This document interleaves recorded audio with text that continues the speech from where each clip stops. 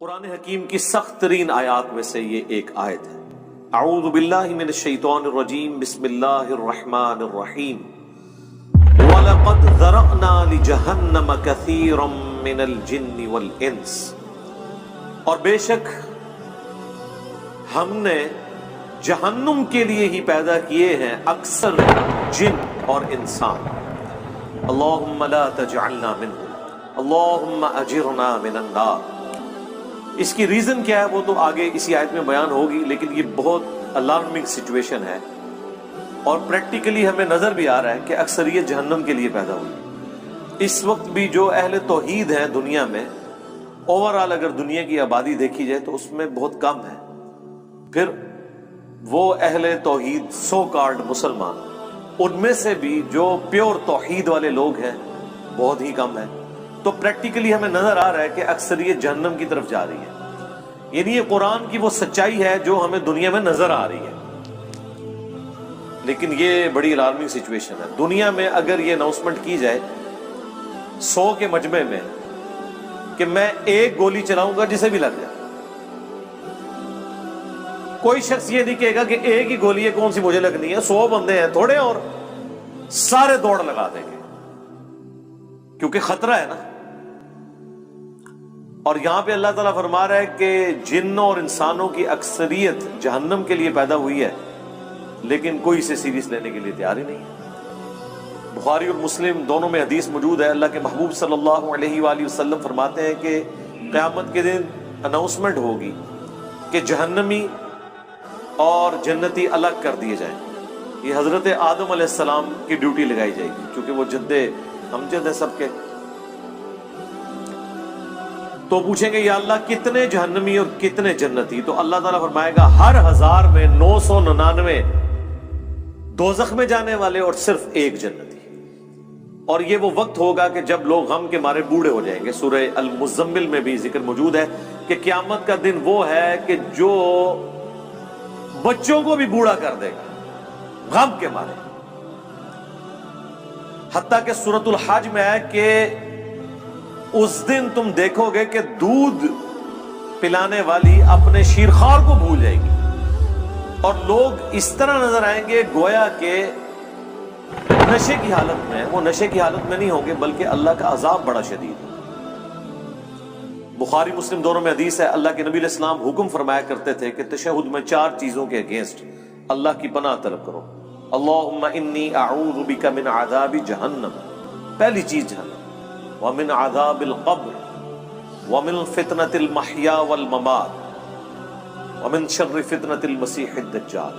جہنم کے اگینسٹ، قبر کے عذاب کے اگینسٹ، زندگی اور موت کی آزمائشوں کے اگینسٹ، اور دجال کے اس بڑے فتنے کے اگینسٹ اللہ کی پناہ طلب کرو۔ سنن ابی داؤد میں حدیث ہے جو فجر کی نماز کے بعد اور مغرب کی نماز کے بعد بغیر کسی سے گفتگو کیے ہوئے 7 دفعہ پڑھ لے اللہم اجرنی من النار، یا جمع کے صیغے سے اللہم اجرنا من النار، اے اللہ ہمیں بچا لے جہنم کی آگ سے، تو اللہ تعالیٰ ایسے شخص کو جہنم کی آگ سے محفوظ کرے گا۔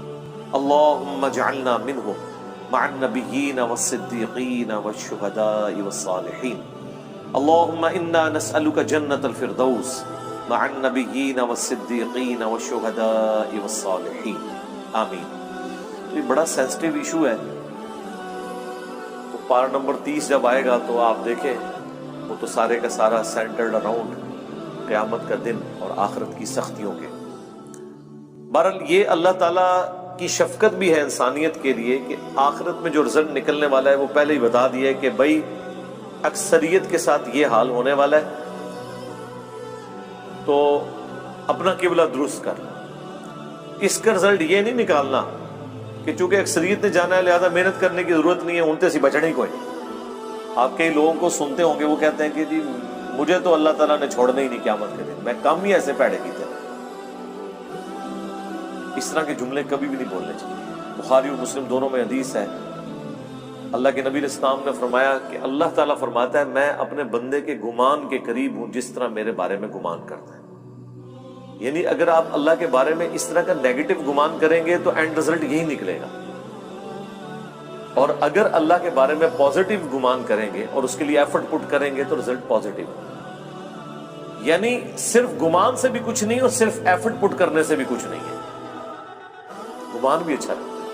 اللہ کی رحمت اللہ سے مانگنی ہے.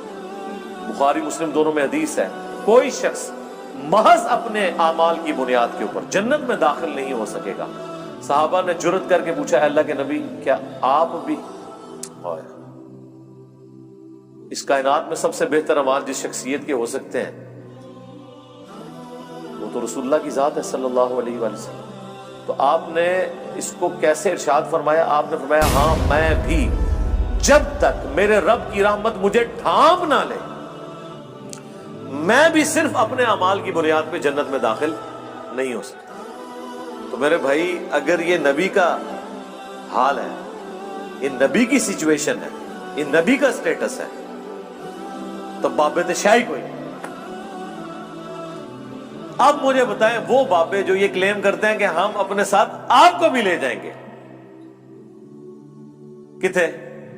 ہاں جتنے آپ جان گے, کوئی کسی کو نہیں لے کے جا سکتا جب تک کہ اس کا اپنا قبلہ درست نہ ہو. ہاں اپنا قبلہ درست تھا, تھوڑی بہت کمزوریاں ہوئیں, کوئی رعایتی نمبر چاہیے, کوئی شفاعت چاہیے, اللہ تعالیٰ ڈیوٹی لگا دے گا. وہ بخاری مسلم میں حدیث ہے کہ انبیاء بھی سفارش کریں گے, فرشتے بھی کریں گے, اللہ کے نیک بندے بھی, اس سے کسی کو انکار نہیں. لیکن یہ نہیں ہو سکتا کہ آپ دیدہ دلیری کی زندگی گزاریں اور پھر شفاعت کے امیدوار ہو جائیں. Not at all. بخاری مسلم دونوں میں حدیث ہے, جب سورہ الشعراء کی یہ آیت نازل ہوئی کہ اے نبی اپنے قریبی رشتہ داروں کو آخرت کا ڈر سنائیں, تو نبی علیہ السلام اپنے رشتہ داروں کے پاس گئے, اپنے چچا کے پاس آئے اور فرمایا اے نبی کے چچا عباس, میرے مال سے جو لینا ہے وہ لے لے, اگر اللہ نے تجھے پکڑ لیا تو میں اللہ کے حضور تیرے کچھ کام نہیں آؤں گا. اے نبی کی پھپھی صفیہ, میرے مال سے جو کچھ لینا ہے وہ لے لے, اگر اللہ نے تجھے قیامت کے دن پکڑ لیا میں تیرے کچھ کام نہیں آؤں گا.